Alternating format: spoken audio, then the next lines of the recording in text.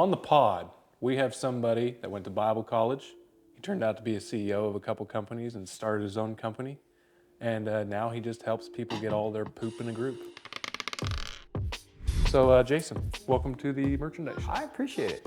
All right, so I did a little bit of research before I got here, but according to LinkedIn, you were a sales marketing manager for a company, you were a CEO for a couple companies, you were a founder of a company, and you're a board member for a few companies. Have you ever worked a blue collar job? That's a fair question. Yeah, not a question that I get very often. So, yeah, weirdly enough, so I went to school. I grew up in the middle of nowhere, Montana, and so you kind of have to know how to work on tractors and buck bales and do that kind of stuff, right? When you're growing up as a little coal mining town, and so you have to work hard. And then throughout my school years, worked on a ranch for a little while, which was really fun, right? You actually learn, appreciate the value of hard work.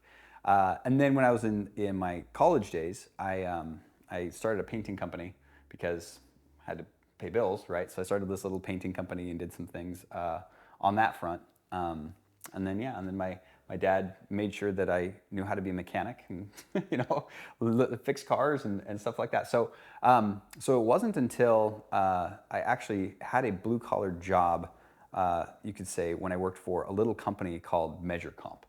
And Measure Comp was kind of this weird hybrid of taking tech and old school tablets, before the iPad came out, and then drawing rooms for people. And then our biggest client was Home Depot. We eventually got bought out by Home Depot.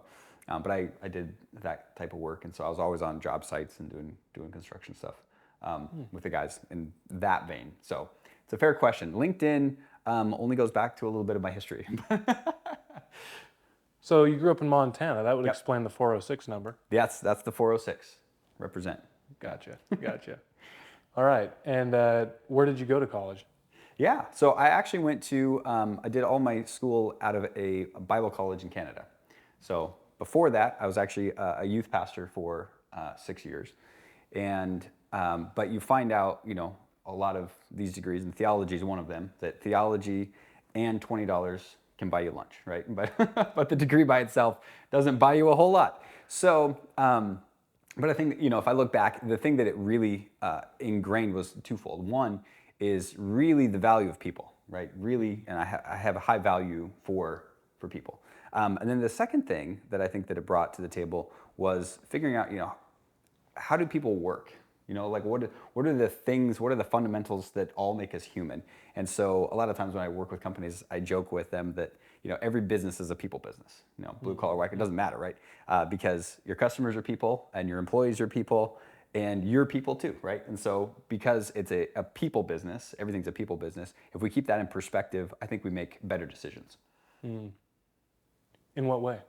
Yeah, I think when we look at things through the human perspective and we realize that it isn't, an us and them, especially in, as we're getting into more of the political season, and I'm not a political person at all, but you can definitely see there's always this othering thing. And I think COVID brought the worst of us out, right? Myself included. Like I got cranky about things and, I was on one side and then changed my opinion and I'm like, wait a minute, like what camp do I fall in? But I think that if we realize that we're all just people at the end of the day, and if we can focus on the things that actually are the commonalities instead of the things that are different, I think that it puts us in a place that we can actually grow a company from.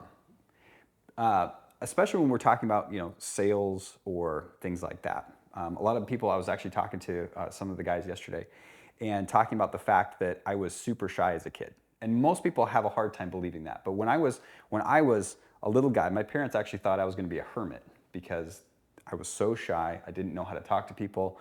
Grandmas at church would come and squeeze my cheeks and I'd go and run. And I was really socially awkward. And it wasn't until somebody challenged me, it was after kind of my college days, they challenged me and they said, I want you to go make one friend a day for a year. And Really? by making a friend, it wasn't like we had to be best friends, but it was going out of my way. And I remember one very clearly, it was like, one of the first weeks, and his name was Steven. And the reason I remember his name is because he had a name tag on. And so I went up to him and I said, hi, Steven. And I'm shaking, like visibly shaking. My name's Jason. Okay, I'm a full-grown man, but I did not know how to have an interaction with somebody like that. And so for about a year and a half, I just made it my thing. I said, okay, I'm gonna go make a new friend today. And so in that, I was able to just relax and realize that, okay, yeah, we're all just people. And if we can just put ourselves in the other person's shoes and see their perspective, and that's true in sales, that's true with employees, that's true, in a board meeting when it gets heated. As you're able to just pause for a second and see the other person's perspective from the human element, then it allows for conversation to come together and actually find, some solution instead of just battling for your point. Were you born shy? Oh boy, yes. So Well, that's a good question. That was a somebody, trick question. somebody, somebody asked me one time, because I was saying, like I'm an introvert. A lot of people, it's almost cool now to claim that, right? Yeah. I'm an introvert. Yeah. I just like to go sit in the corner of my bedroom and watch Netflix or whatever. Yeah. But somebody asked me, they're like, "Have you ever seen a 2 or 3 year old that's an introvert?" And I was like, "That's a good point. Like if they are with other kids their age, usually, within 5 minutes, nobody there is really an introvert. There might be a little shyness at the beginning, but then like 5 minutes in, everybody's playing with each other, everybody's best friends, right? Right. Yeah. Yeah. What's your perspective on that? Were you born shy? Well, that's what I was like. Oh, that was a trick question. I don't think that I was probably born shy.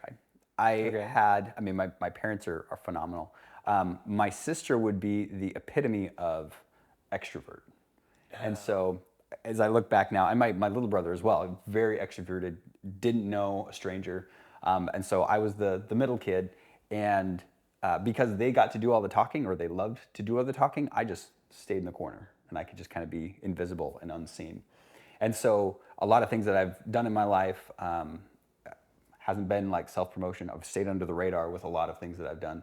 And so when people, when I do interviews like this and people start asking me questions and it starts to unpack a lot of things, and people are like, "No way, you did that or you did this." It's like, well, yeah, but but part of that too is being, I don't think I was born shy. I think the nature nurture thing. I think I definitely Yeah. had my siblings that took care of the talking for me, but it allowed me to kind of step back and do the observing, and kind of see how the human dynamics and relationships work.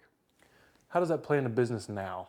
Like, you see a lot of self promotion nowadays, social media. I mean, everybody has their own website now.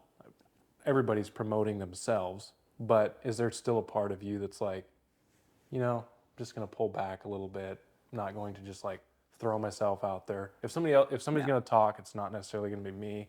If somebody's going to get, you know, the applause, it doesn't necessarily have to be me. You know, if somebody's going to make a new friend, it doesn't have to be me. Like, does that still apply to some of the way that you do business now? So to answer that question very specifically, if I think about, are you familiar with the hero's journey? We talk about marketing. No. So there's a great book by Donald Miller, and he talks about story brand, and the idea of the hero's journey is that a lot of times companies they want to be the hero of the story. Or a good way, a different book that I read, which is a great marketing book called Know What You're For, and the way that he put it is he said, if businesses were people, most of them would be narcissists because they're always talking about themselves. Like, come to us, here's the cool things that we do, here's right. And so if you flip the script on that a little bit and you say, okay, I'm not the hero, but I am the guide. And so let me give you some perspective on some pitfalls that might be coming up, some unforeseen obstacles that you don't know. You're the hero, right? You, the small business owner, you're putting yourself on the line. You're taking a risk that the majority of the population has never done.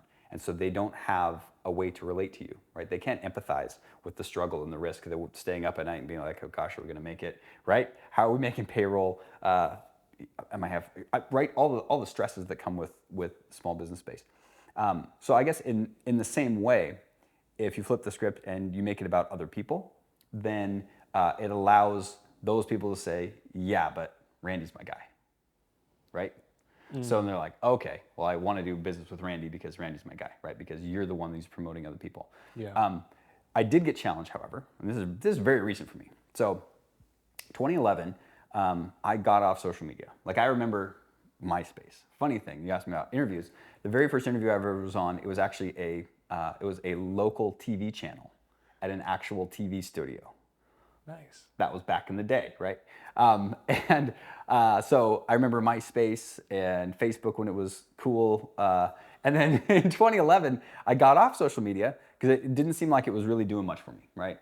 Kind of the mindless scrolling and things like that. I've been in the tech world since about 2015, and yes, there's lots of negative social effects that are happening with social media, and so I'm not like a big fan of it, if that makes sense. Like, I'm not going to have my kids just jump on social media, right? Right. They're not getting a phone for a long time because I understand the underworkings of all the bad stuff that can happen. That being said, it was actually just last week that I was on a call, and shout out to Neil, and he said the problem is that you do great work for your clients, you do great work for people, but nobody knows who you are. And I said, got it. Okay, so yes, I need to have an others focus, meaning that these are the heroes. And so then the challenge to me was, okay, how do I take those aspects and the things that I've done for clients, and how do I take them and put them into a way that is going to be helpful on social media? That I don't have to get sucked in, and but something where it's like, man, if there is somebody out there and they're struggling, they're like, what do I do next? Hopefully I could say, well, here's your next step, right? And help be that guide for them. Yeah. And that's why you've posted a couple times on LinkedIn in the last week. You got it, yeah.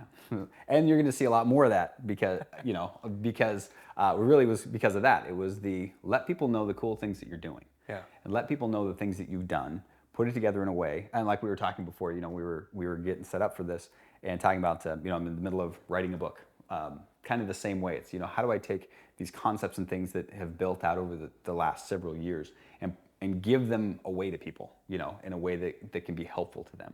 Again, whether they work with me or not, as a client, it's still about, man, how do I help you get to the next step? Because I think entrepreneurs are the coolest thing in the world. So.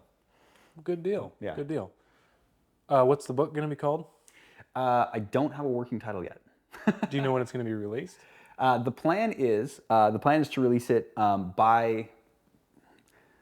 I've got a conference that I've got to go be at in middle of October, and my personal goal is to have some copies available for that, but not necessarily released. Okay. So I'm in the middle of the writing process. I'm hoping to have the big rough drafts done by the end of August. That's my current target date. And then all the editing and things and getting it out to people. And then, so that's the hope. Let's talk a little bit like what you're involved with now. Maybe give us an overview of kind of what you're involved with now and like your roles at specific companies. 'Cause Yeah. there's more than one that you're involved with, correct? Yeah. So, how to preface this? I think the best analogy I've ever heard is that if you see a turtle on a fence post, it didn't get there by itself. And so I'm the turtle. So somebody has helped put me on this fence post. And to be truthful, it's a lot of people, right? There's a lot of mentors. There's a lot of people in my life that have given me wisdom and perspective and things that there's no way I'd be doing what I was doing without that. If I go back in my story, and so we were talking about my two cousins, Kevin and Joseph, that have built some amazing companies. I mean, you come to this campus and it's pretty amazing to see the cool things that they've done, and it's been cool for me to be a part of that and to help in whatever ways I can kind of steer those things. But the observations that I've made during the times here in helping different companies to whatever degree, the way that it all unfolded for me was that a friend came and visited us here in Oregon, and I encouraged him to go into business many years ago, and he came and visited our family, and he said, well, how do you do this? Like, how did you guys grow this way? And so after some prodding, I said, okay, well, I'll come give you a hand. And so that is kind of developed into something that I call the framework. Maybe that's the title of the book. I don't know yet, but I call it the framework because I haven't got a better title for it. But the idea of the framework is that what happens is for a lot of entrepreneurs that I see is that they're passionate about something or they are good at a skill. And those two things, they say, well, okay, if I'm passionate about this, I can go start a company, or I'm good at this thing, so I'm going to go do that thing and make money at it, which is awesome. I think that's how most people start, right? Yeah.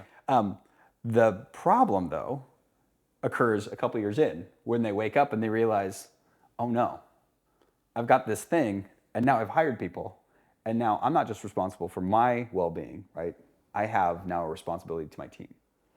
And so how do I grow it? How do I create a vision? Most entrepreneurs that I know, they didn't start out with this grand vision, right? They just wanted to make money, be their own boss, right? It's very simple. But as the company has grown and they've got a team of people, 10 people, 30 people, whatever, then they realize, okay, I need to actually have a team buy-in around this. What is the vision? Because it's not just necessarily my vision. I mean, if you've got somebody that's a very strong visionary person, they say, this is the vision, this is the direction, and this is the pace that we're going, fantastic. You can get behind those people and run. But a lot of entrepreneurs that I found is they don't really have that, right? Again, they were just good at a thing. Now they've grown it. They've done some good things. Now, how do I take this and make it so that it is our vision, right? And get the buy-in from the rest of the team. And so we build out what that looks like. What does the organizational chart look like? What does the accountability look like? What key metrics are you looking at? How do you have meetings that, some staff meetings bore people to death. Most companies don't have staff meetings. And so everybody's just kind of like running around with the chicken with their head cut off and not really sure what's happening and going. And then the frustration happens in all of that because you have people that are jumping off the merry-go-round as fast as you're trying to throw people on the merry-go-round. And having some skeleton, some structure, some framework to bring all these things together, say, okay, what is your vision? That's got to be central to everything you do. Once you have that vision, how are you structuring your team? You have to have the structure of your team first.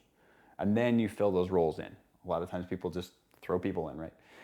Or it looks like a really bad tire. You've got, the hub, and then all these spokes, which is fine when you have a couple. When you've got 50 people that report to you and you're all directing it back to you, you've got chaos, right? You're just putting out fires all the time. So you got to get the structure first. Then you need to look at, what are your core processes, and not, again, most people are good at the operational thing.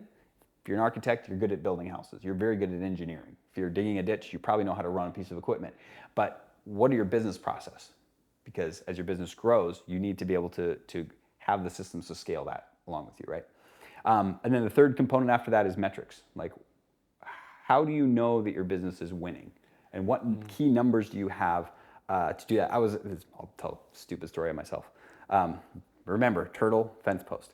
So I'm on a call when I was working for a software company. I was running a software company.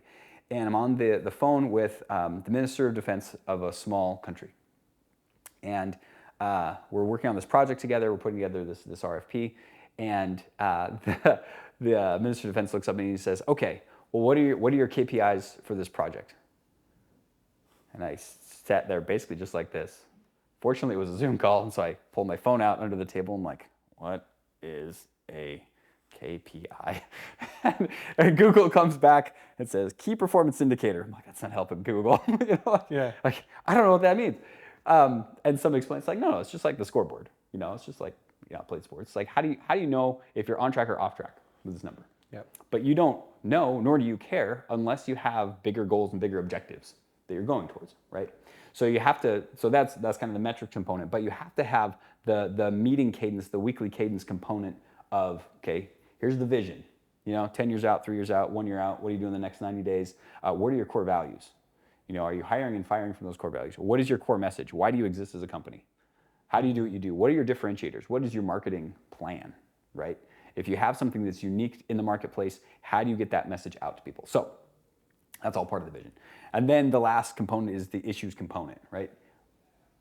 Just because you have a great vision and you have a great strategy, good, that is your starting point. Now you're gonna have issues, right?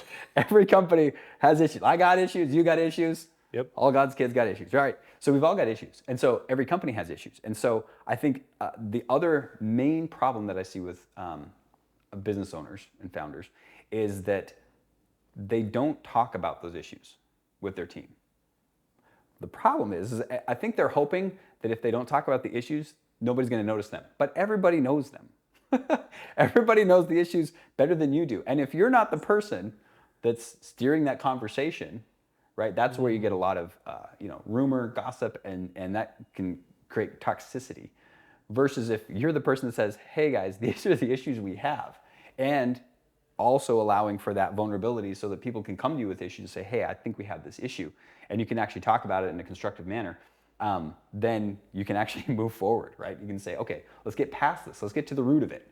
I call it the 3 R's. You got to realize you got a problem, right? Step 1 of 12 steps is admit you got a problem, right? So realize the problem. Second one is get to the root of it and then resolve it. Like don't just let it linger, but actually get to the root. Then once you get to the root, resolve it. So Where did you learn all of this? You learned this in Bible college? no, I didn't learn this in Bible college. A lot of reading books. A lot of reading books and a lot of being around entrepreneurs and asking questions. So I am a pretty curious person. And so when I see somebody doing something that seems to be working, I like asking questions about, what have you done? And how did you do that? And what things were important? I love talking to seasoned entrepreneurs and asking them, looking back over the 20, 30, 40 years, what was, the top 2, 3 biggest lessons that you've learned that allows, that if you would have known would have saved you a lot of heartache and pain, in the past. And interestingly enough, most of the feedback that I've received from those seasoned entrepreneurs, it really has to be around, it has to do with people. Because, I either hired the wrong person, I kept the person in the position too long, I didn't hire this person because I was afraid of finances and things like that. But looking back, if I would have, I believe it would have, exponentially grown our company. So anyway, that interesting anecdote, but yeah, I think that's where I learned it from. And so taking lots of different things out there, it's not like it's rocket science. Be like, oh, you should have goals. I think we know that, right? It's not like I'm coming up with some brand new things like you should probably have a strategy. You should probably have a vision. Like that's not a new concept, right? That's all those concepts have been floating around there. I think it's just taking all the different components of those concepts and putting it together in a way that I think is digestible for entrepreneurs, that they just like, man, I just want to know how do I get the next step? Like what is the next step? What is the next thing that I need to be looking and focusing on? So I guess I'll go back a little bit. The Bible school thing is the thing that it did teach me. Like when I started out and doing more like leadership training, I actually did it I started it as an internal thing for Illyrica, the internet company. Right. Because Illyrica is just growing. I mean, it was really cool to see, just kind of like it blossom and then starting to just exponentially grow over the last several years. And in that, we wanted to be able to promote people into key positions and key roles. But the issue we were having is that we had people that were good at their thing, right? The individual contributors. But now we were going to be putting them into places of management, right? And now they're going to be managing people. And it was very interesting because us on the leadership team, we would check ourselves pretty constantly. And so none of us were dictators. But it was amazing how we would take a person who, as soon as they elevated above their peers, they felt that they needed to be a dictator. And so they went into this like, oh, well, I'm the boss now, so therefore I'm going to, it's like, whoa, whoa, whoa, whoa, whoa, whoa, whoa. Like, okay. Then me taking for granted lots of books, lots of people, realizing, oh, we got to go back to like leadership fundamentals, Number one, leadership is influence. It is not about a position. And so if you are not leading well, right, as a peer, then why should, definitely not elevate you. And if we start seeing those things elevate, like I've got this position, now I'm going to flex. It's like, no, man, you gotta push that down. So that was actually how the whole thing started, because, the Bible college and psychology and, you learn a lot about leadership and people in those kind of courses. So, but then when my friend came and reached out to me and said, would you give me a hand? I was thinking it was going to be about that leadership. And that I realized like, no, that's kind of like the second major building block. First major building block was, man, you've got to have a structure. Like you've got to have some structure to your company. The second thing after that is then it's the leadership development component, because now you've got a structure, your company's probably going to grow, right? Especially if you have, if we have a similar ethos where we both value people, right? You value your employees, you value your customers, then likely your company's going to grow, right? That reputation is going to precede you, and you're going to grow. So then now we do the leadership development. How do we develop those people? And then the third one is I'm doing more, CEO type coaching, if that makes sense, right? Because the founders and the CEOs, they have their team, and a lot of their issues are coming from their leadership team, and so they need some outlet, somebody to talk to. And so being able to have a group of CEOs and founders that they can bounce ideas off of each other is helpful. Yeah. And then, so that's kind of the three phases is, we help companies grow up. I'm just trying to figure out, like, at what point did somebody say, you know what, Jason, you have something right there. Like, I want you on my team. Because, like, you went to Bible college, okay? That doesn't scream like I'm going to be a CEO. Like, that doesn't scream that to me, right? You're reading books, which a lot of people don't do, but they are available to everybody, right? Yep. What qualified you to be like, or for somebody to come to you and say, you have the know-how, or you have what I need to help me grow my business? What qualifies you, Jason? That is a good question. I've actually got that question before, because it's a lot of times From people that are going to hire you, or just no. Oh, okay. No. But from different people, like why should we listen to you, kind of thing. That's a fair question. Again, Right. turtle on a fence post. Like, I know who I am. Yeah. I know I'm not this great guy. And so that's why when I talk about turtle on a fence post, really, like my cousins, Kevin and Joseph, they were scrappy. I mean, just scrappy entrepreneurs. And so they were the ones that really, I did small painting businesses. I did other small time things. But it wasn't until they said, hey, we've got this opportunity. Would you like to take it? Would you like a shot? And I was like, guys, I have no idea about, I don't know anything about software. I don't know anything. Yeah. I don't know how to write code. I don't know, I don't know about international business. We did a lot in Australia, in New Zealand and Canada, like I mentioned. Fortunately, Kevin looked at me and said, well, you're really good with people, so I think you'll be fine. It's like, giddy up, let's go. Let's give it a shot. And so the things that I've learned in that space, right, in the business world, is, again, going back to most entrepreneurs, they don't have MBAs. Right? I mean, most people that have a company, they didn't go to school for it. In fact, the people with MBAs go to work for those people usually, right? And that's just the reality, right? Yeah. And so when it looks at qualification, and that's why for me, turtle on fence post, that's number one. The second one that we had already talked about is focusing on the people that I've been able to help, not necessarily me, if that makes sense. And so being able to look at the companies that have grown, and the companies that have a much stronger culture, and the companies that are doing great things, and it's like, great. I would much rather focus on them and what they're doing.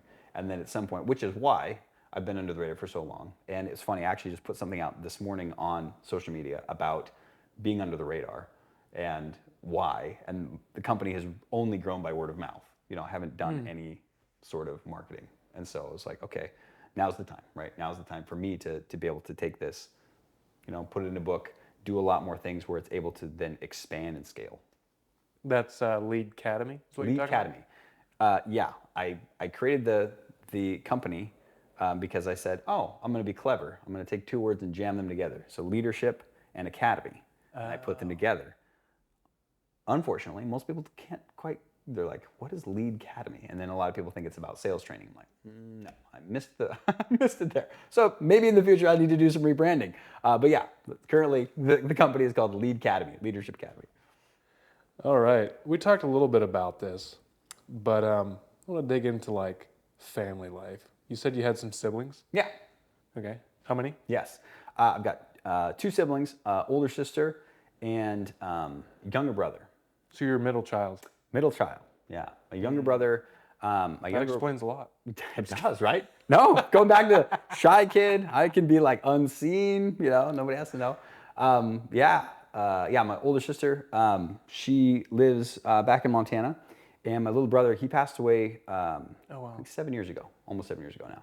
So, yeah. Wow. Sorry to hear that. Yeah. It's rough. So you guys, you said that you were taught hard work. Mm-hmm. Grew up rural part of Montana, working on the farms. What do you think is the most important thing that you learned as a child or teenager that still sticks with you today? That you still use today? As a child, like how old are we talking? From 8 till 16. Okay. Is there any principles that your mom and dad taught you? Maybe a school teacher? Yeah. I A think pastor? I think so. I played sports as a kid. Okay. What and sports? when I was really little, I was on swim team and wrestling, and I ended up playing varsity basketball and varsity soccer. Those were the two that I kind of excelled in. I didn't even want to play soccer, but What are you, a Brit? yeah, I know. Whatever. What's up with that? But my really good friend Kevin said, "You have to try out with me as a freshman." I was like, "Okay." And so we get to our first game, and I'm just, whatever. So we get to our first game, and the coach is like, "All right, you're starting." And I'm like, "What? I don't even want to be here." But I still play soccer to this day. I absolutely love it. But I think in the sports thing, I was probably about 11, 12, and when living in a small town, like I said. 2,000 people on a good day, kind of thing. This little like coal mining town, pretty rough, tough little town. And there's some kids that were bullies, and we didn't, And then I'm on the baseball team with them, and I realized I'm like, oh, okay. If you can be on the same if you're on the same side of the table as somebody, like you can overcome a lot of things, because it's like, okay, now I have to not only like have to be okay with you being around, and I have to get along with you, but I actually have to work with you. Yeah. Right? So I actually have to be on your team. And so when I was a youth pastor, one of the questions I would ask is I had this ongoing survey for several years where I could pretty much pick out of the crowd those that played sports and those that did not. Really? Yeah, and I think some of that had to do with the fact that you learned that it isn't about you all the time. Right? It's not about you and the likes that you get, things like that. Yes, there are players like that, and nobody likes to play with them, right? And so those players get benched, right? And other things. But you realize, like, oh, okay, it's about being a part of a team, right? And how do I do that better? And that translated obviously into music when I played music, things like that. But all the cohesion of you can learn to get along with people that you don't like, as long as you're on the same team. As long as you're on the same team. I think that goes back to the whole thing of like finding a common goal or a commonality with somebody else. Yep. Tell me a little bit about DAXBot, which is the office that we're currently at, correct? Yeah. What's going on here? Yeah, DAXBot, man. So many cool things that happen at DAX. So DAX is it's a robotics company, and the brainchild came from Joseph, who's my eldest cousin, and he really he's like, if robotics and artificial intelligence are going to be the future, let's make sure that that's not an ugly future. So that was really kind of one of the catalysts for that. And so designed DAX to be something that we actually want to have around. So if you haven't seen DAX before, it'd be fun to throw some in the B-roll, but DAX is this really cute robot. And it looks like, the thing that people always say is that if you've seen WALL-E, right, the Pixar movie, it looks like WALL-E and Eva had a baby, and that baby is Dax. Nice. So you see these little white robots, and I should probably post more about that, because for me, it's just another day at the office that robots are floating around the office and they're running around the parking lot and doing all this stuff. But for most people, when they come to campus for the first time, they're like, "Whoa, what is that thing?" And it's doing really cool things. So started out as food delivery was kind of the first main market that was seen, like, okay, yeah, we can do, DoorDash and Grubhub and things like that are a thing. And so how do we do this with robots? And so that's become more and more common. There's a lot of robots out there. Most of those robots look like coolers with a couple wheels on them, Yeah. and they run around and deliver food. Pretty good design for the purpose. OSU has a bunch Yeah, of we're those. gonna say, yeah, exactly, yeah. Starship is the company. And they're not the only ones that have the same form and design, but Dax was different. But the cool thing is that when the brilliance that Joseph had in that is he said, I didn't want to just build a delivery robot. I wanted to build a robot that could do delivery, but it could also be extensible and do other things. And so right now we've got robots that do security patrol. So they actually are security. Every night they're doing security patrol. I think they've got some at the Moda Center. Really? Yeah. DAC spots. Yeah. Yeah, up at the Moda Center to do security.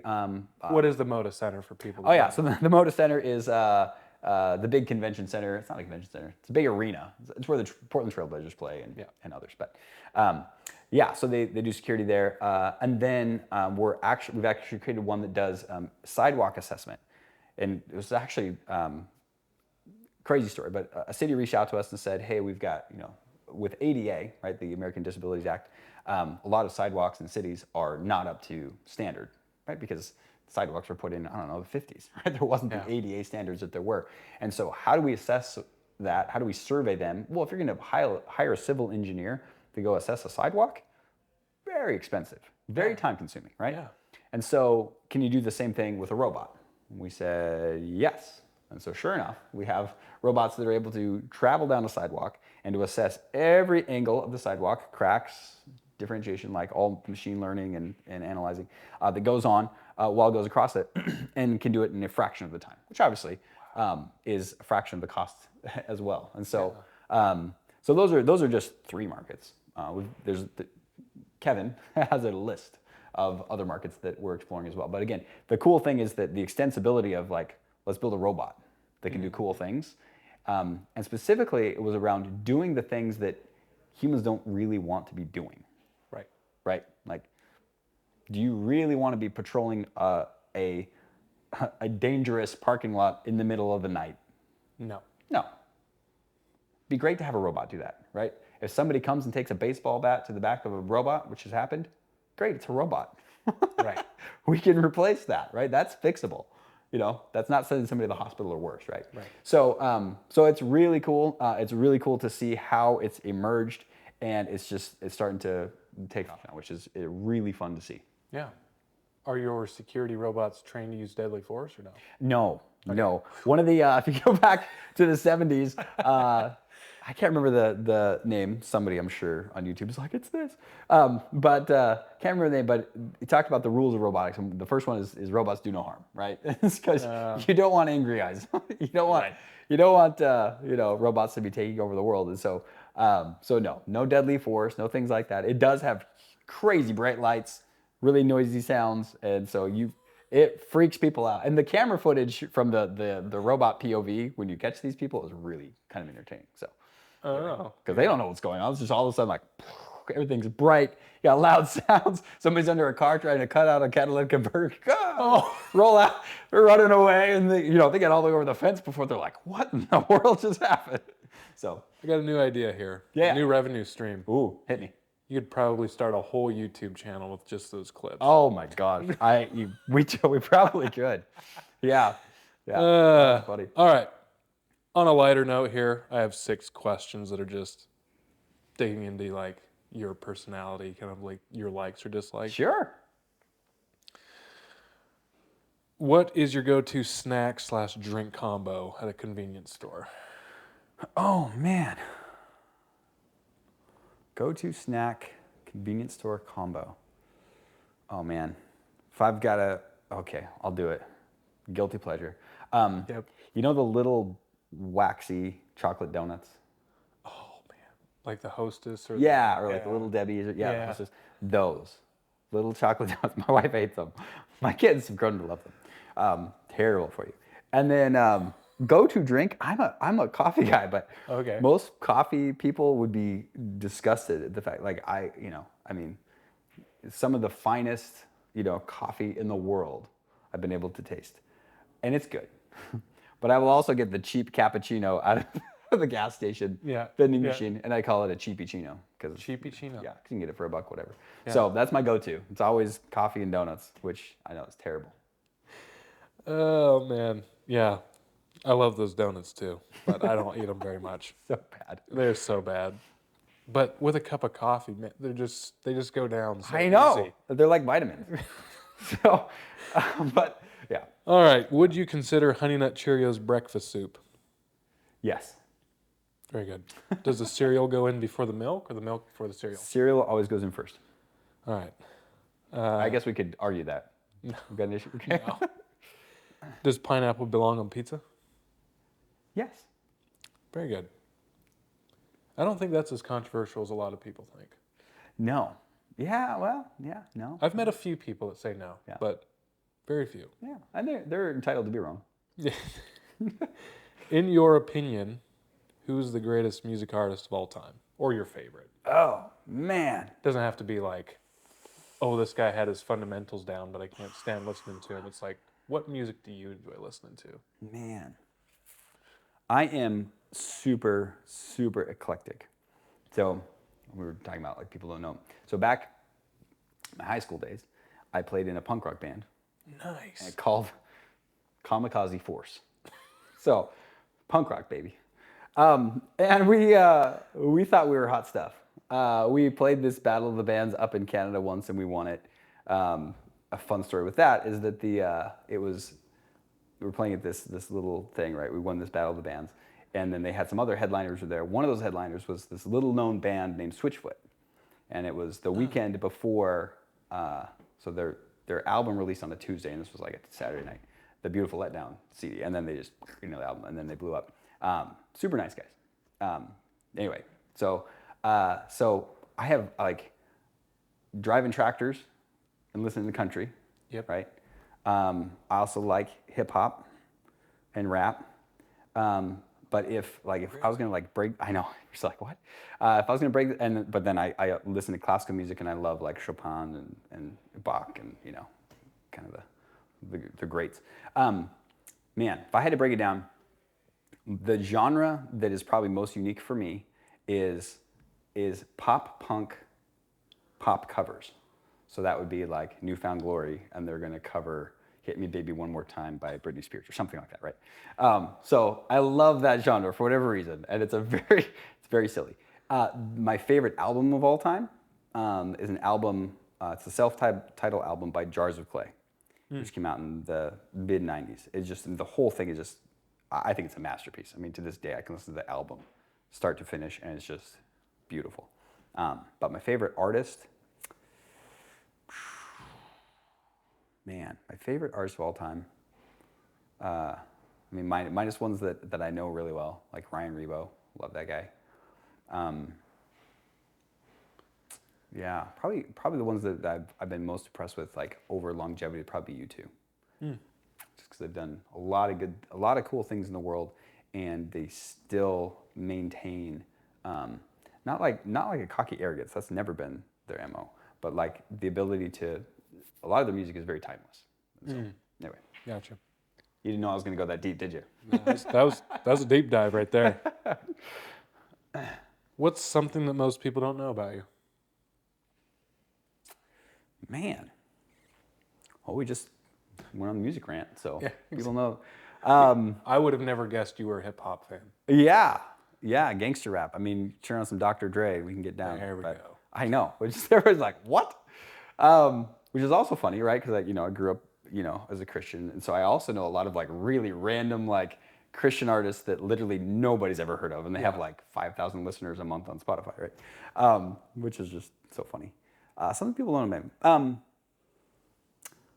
Man, I love to travel, and Okay. I don't talk about it a whole lot, but one of the craziest adventures I ever went on was in the back country of Guatemala, and we backpacked in, and they didn't speak Spanish. They spoke some other, native dialect, and so it was kind of a three-way translation. And that experience, and I went. I had just turned 18, so with a group of people. The whole experience was just wild, living in mud huts and different stuff. And had a friend fall off a cliff, and Oh no. Massive concussion, broke both of his wrists, and we had to get him out of there. And didn't speak the language, didn't know anybody, and so the whole story is on its own podcast. But Yeah. but a lot of people don't know that, baby. A lot of people don't know a lot of the crazy like mountaineering and wild adventures that I had in kind of my college days. So All right. If you could have dinner with anyone from history, who would it be? anyone from history. Yep. Whew. Could be all the way up to the present. Man, day. I went contemporary. I'm like, man, if there's one person that yeah.